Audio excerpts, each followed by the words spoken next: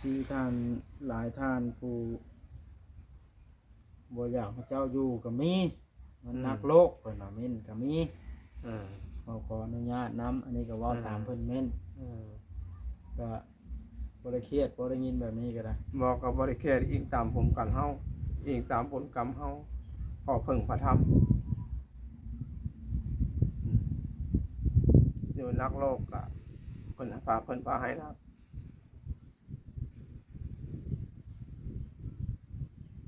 พาให้นักเพิ่นพาให้เบาก็เบาอยู่น้ำเพิ่นนอนเพิ่นกินน้ำเพิ่นก็มื้อนี้ไปก็บ่จะปัฒนาภพดอกแต่เขาสิได้มันเป็นแหละมุ้ยพาบ่อยากเป็นที่บ้านบ่มีใครอยากเป็นแบบนี้เนาะแต่ของที่ได้มันเป็นเลยมันถือผู้ใดหรือผู้นั้นเป็นถือผู้ใดผู้นั้นพอมาแล้วยังให้เลยว่าเจ้านะปัฒนาเฮานี่พอจะสำนี้นะชีวิตพอจะสำนี้เกิดมาเป็นคนบ่ทำคนสุดโซ่กับสิบ่เป็นนะแต่บ่มีพระนอกจะว่าพัฒนาจากพบพัฒนาจากเป็นแต่เอาได้มันเป็นเลยอยู่คนเดียวจะมีแล้วน้ำจำปาคนให้กินก็ได้กินมาให้กินก็ได้กินก็คำวันนี้ทำนี่อยากได้กินนี่ก็ได้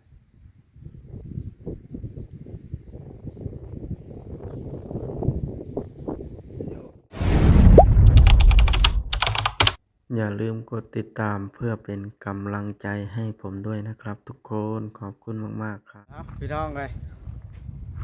โดยเปิดภาพเป็นก็สบายดีเด้อสบายดีพี่น้อง FC เบิดสู่คู่สู่คนพี่น้องเลยเบิดสู่หม่องสู่บอนมานี่ก็มาหาลุงหมอพี่น้องเลยเพราะว่าเราคนพิการป้าถิ่มผู้เดียวหึงบ่เป็นเลยเที่ยวมาจอบเบิ่งเอาพี่น้องญาติพี่น้องก็คือเห็นนี่แหละ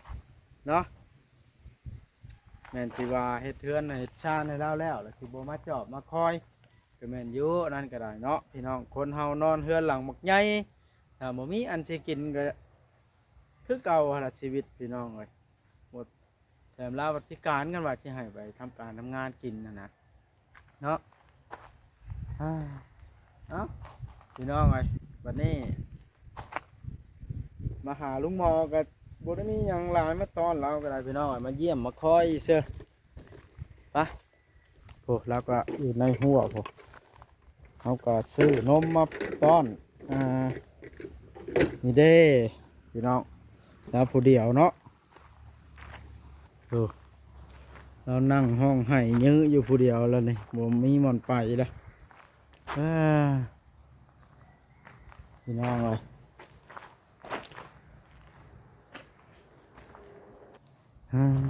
เอายื้อยั้งเดี๋ยวนี้ลุงหมอ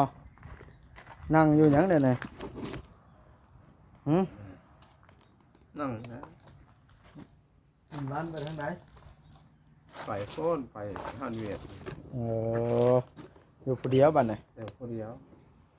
นั่งนี่นั่งไปลิ้นอยู่คนวัดมาแล้วบ่เห็นยังเราเห็นข้อใกล้เหมือนข้อใกล้ลุงหมอเคยจ้างในสิว้าได้เรื่องนะเราว้าน้ำเจ้าดอก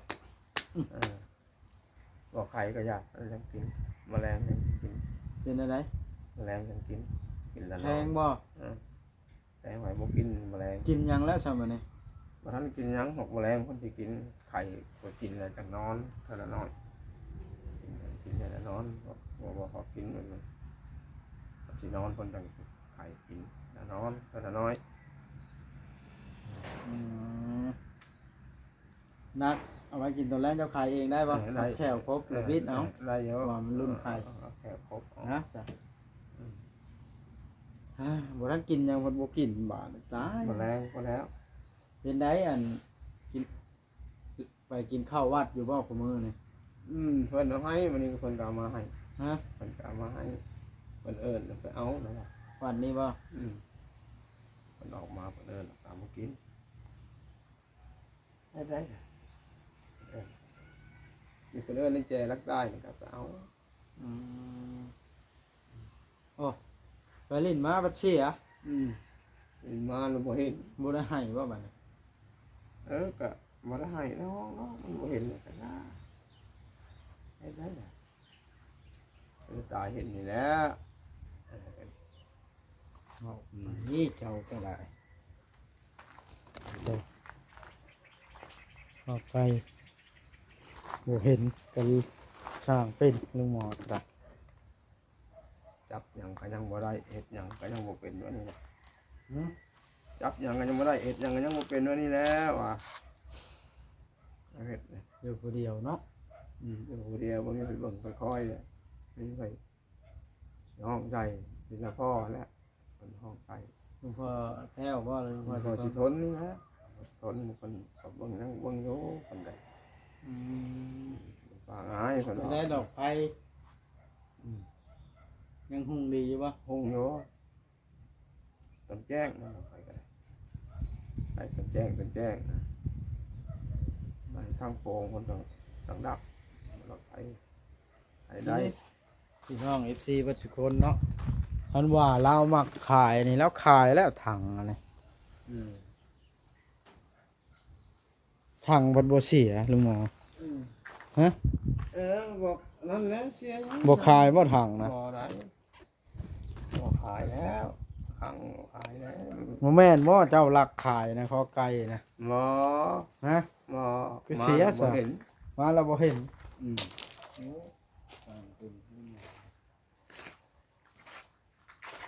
น้ำเฮ็ดหยังซั่นนี่ ถ่ายเบา โอ้ ไปถ่ายเบาหัน เจ้าบ่ตัดนะโชว์ไว้เหี่ยว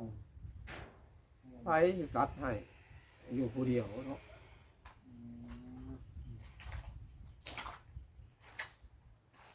อืม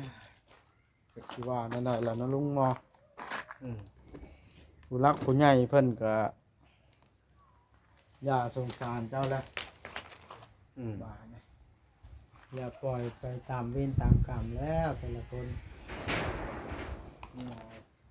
ไปทำกรรมตามเบนเฮานี่แหละเฮ็ดได้ ผู้รักผู้ใหญ่ผู้เพิ่นเฮ็ดเทือนนี่ก็เพิ่น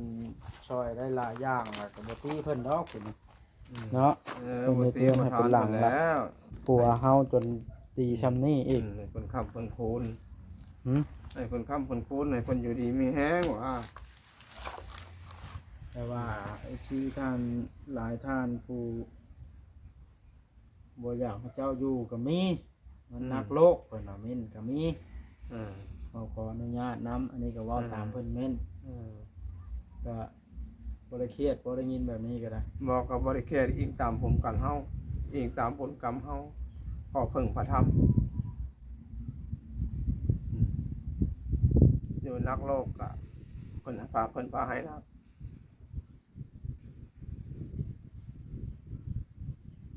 พาให้นักนักเพิ่นพาให้เบากับเบาอยู่น้ำเพิ่นนอนเพิ่นกินน้ำเพิ่นก็มื้อนี่ไปก็บ่จะพัฒนาพบดอกก็ต้องให้ได้มันเป็นแหละ มุ้ยไปบ่อยากเป็นพี่ อ่า น้อง บ่มีใครอยากเป็นแบบนี้เนาะแต่ของที่ได้มันเป็นเลยมันถือผู้ใดหรือผู้นั้นเป็นถือผู้ใดผู้นั้น ว่า พ่อ มาแล้วยังให้เลยว่าเจ้านะ อืม อืม พ่อปัจนาเฮานี่พอจะสำนี้นะชีวิตพอจะสำนี้เกิดมาเป็นคนบ่บ่บ่ทำคนสุดโซกสิบ่เป็นนะเดี๋ยวบ่มีพระดอกที่ว่าปัจนาจะพบปัจนาจะเป็นเดี๋ยวได้มันเป็นแหละอยู่คนเดียวจะมีแล้วข้าวน้ำจำปาคนให้กินก็ได้กินมาให้กินก็ได้กินก็คำวันนี้ชำนี้อยากได้กินตอนนี้ก็ได้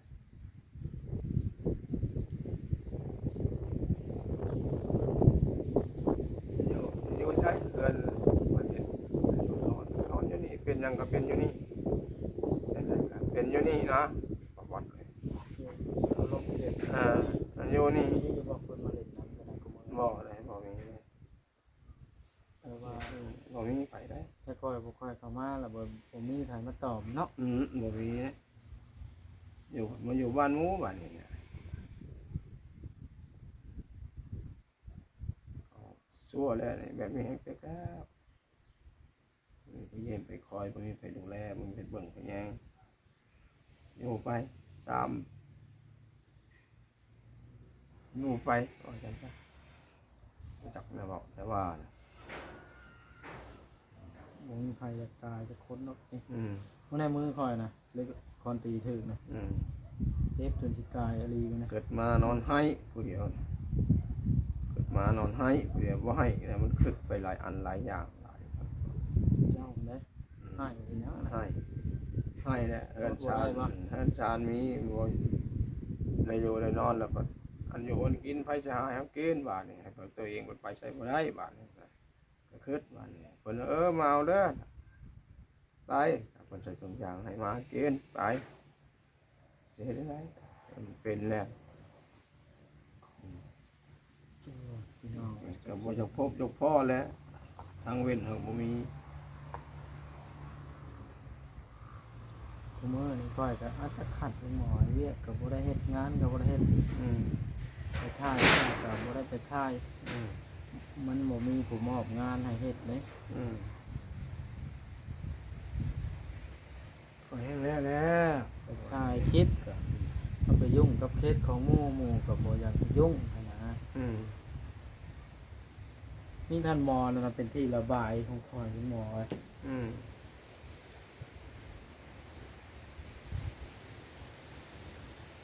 คอยเหงาแห้งกูมาคอยกับหมู่คู่กับต้องว่าใช่กัน อืม หมู่ก็เว่าใช่ว่าคันคอยในโบดาวได้รถแบบนี้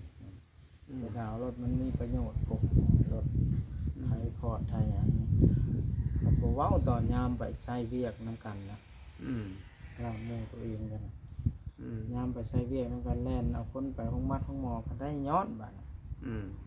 แต่บอกว่า อืมก่อยเนี่ยอยู่โหนี่คอยทางเจ้าอยู่เขาไปเดี๋ยวนี้คอยบ่มาบ่มีหยังบ่มีหยังละมาลิ้นมานั่นมาให้ความอบอุ่นนะเดี๋ยวนี้อยู่ผู้เดียวนี่นอนผู้เดียวแต่ว่าความจริงเนี่ยเป็นยังให้เป็นอย่างนั้นนี่แล้วนะ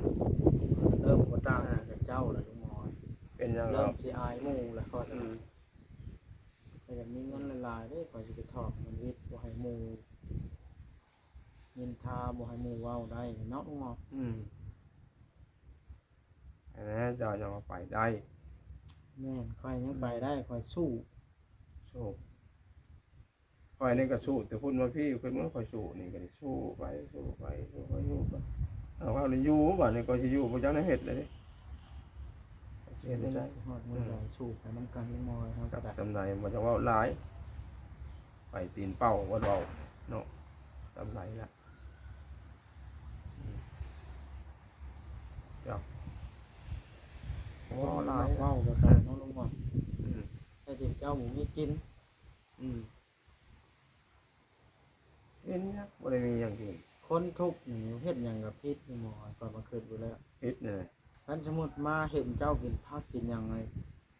เขาบอกว่าคนว่าเจ้ารักสุขภาพเขาสิว่าโอ้ยทุกข์บ่มีอันสิกิน อ่า มันคนรวยกินพังโอ้เพิ่นกินรักสุขภาพ อ่า มันคำชับมันต่างกันอันนี้เห็นคนรวยขี่รถถีบ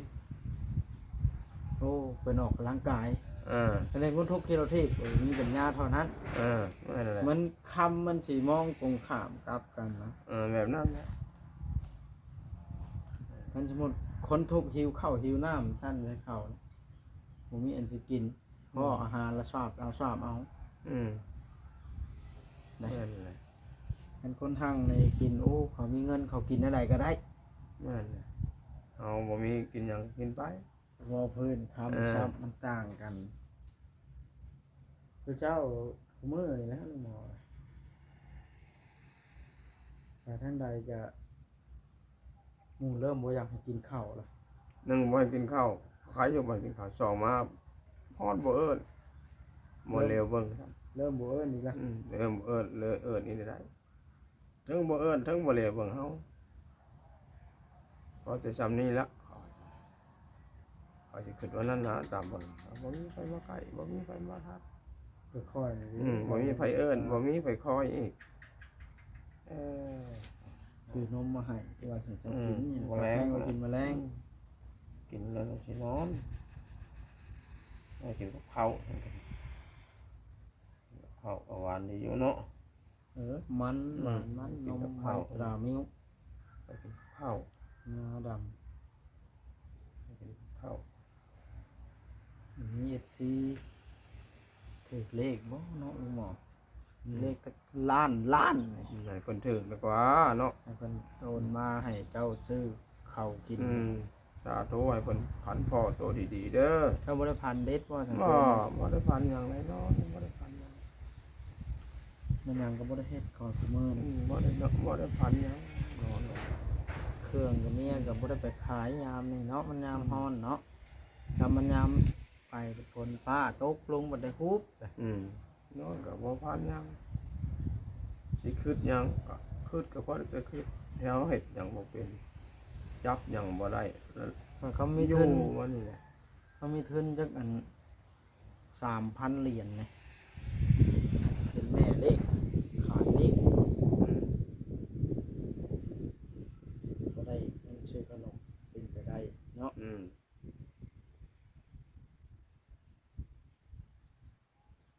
ดวงเฮาบ่ให้ก็แจกอยู่ได้อันนั้นเว้าสมมุติซื่อๆนะสมมุตินี้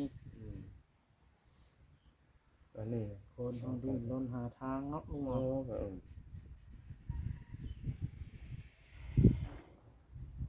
ค่อยก็อยู่ค่ำแล้วค่อยนอน นี่ก็ได้ ค่ำแล้วนอนค่ำแล้วนอนมาเช้าเพิ่นมาโอ้เพิ่นสิสองอย่างแล้วก็เอาอะไรหมดเลยเลยหมดเพิ่นอยู่เพิ่นกินเอาไปเช้านี้ก็ตะเวนเที่ยงเพิ่นจังไงเอาไปแล้ว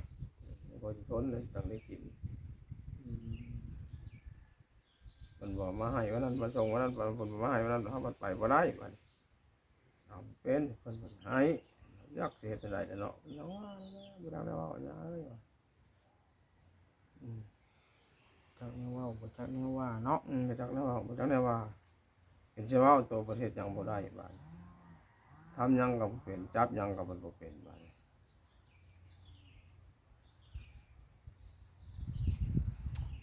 กันสิ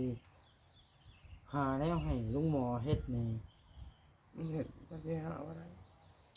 การเลี้ยงไก่นี่มันบ่มีอันสิเกลือก็คือ ไปบ่ได้ มา เนาะ เบิ่งตอนนั้นเนาะ อืม ข้าวสารข้าวแนวเกลือเบิดปัดบ่มีผู้ใดเข้ามา บ่มีไปเข้ามาใกล้ ไก่มันก็อยากของกินแน่คนก็อยากอา คน หารแน่ คนก็ยากไก่ก็ยาก เลยขาย ขาย ขายไปแล้วมันผิดเนาะ ขายไปได้ก็ผิดยอมแล้วกันว่าผิดอยู่เลยเท่ากับบ่ขายดอกบาทนี่ของเจ้าผิดจะได้เฮาบ่ขายบัดจะสิกินใช้ อยู่ขายยอมแล้วบาดขายแล้วมันก็บ่มีอันไหนขาย นั่นแหละเจ้าว่าเขากินก็บ่มีพริกก็บ่มีเกลือก็บ่มีไก่ก็บ่มีอันเกลือ ยังทางน้ำนี่แหล้วบาดว่าที่สิขาย บ่แล้วบ่ขายเป็นได้ ขายมันมีใช้ได้ชื่อตั้งเป็นล้าน บ่ ป้าย แล้วบ่มีหยังก็สิอยู่ได้บ่มีหยังก็สินอนอยู่ในนี้ได้บาดนี่มันบ่มีเลยเด้ นอนอยู่ตายอยู่นี่เนาะ เป็นอย่างไรเป็นจักจันไอ้เป็นจะเป็นอย่างไรเป็นเท่านั้นนะเห็นไหม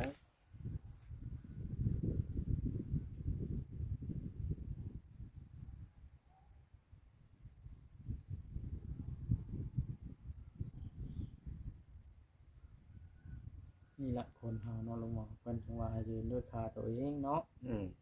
ยืนด้วยขาตัวเองบ่ได้ก็เบิดบอนเพิ่งบัดนี้ เมื่อเลยยืนขาบ่ได้เลยเมื่อบอลไปบอลไปบอลมาบ่จักแนวว่าบ่จักแนวว่าเลยว่าอย่างนั้นอยู่นอนให้ผู้เดียวคืนนี้ให้ผู้เดียวคืนนี้ให้บ่ได้เหมือนกันชีวิตเฮานี่สิเป็นอะไรก็บ่เป็น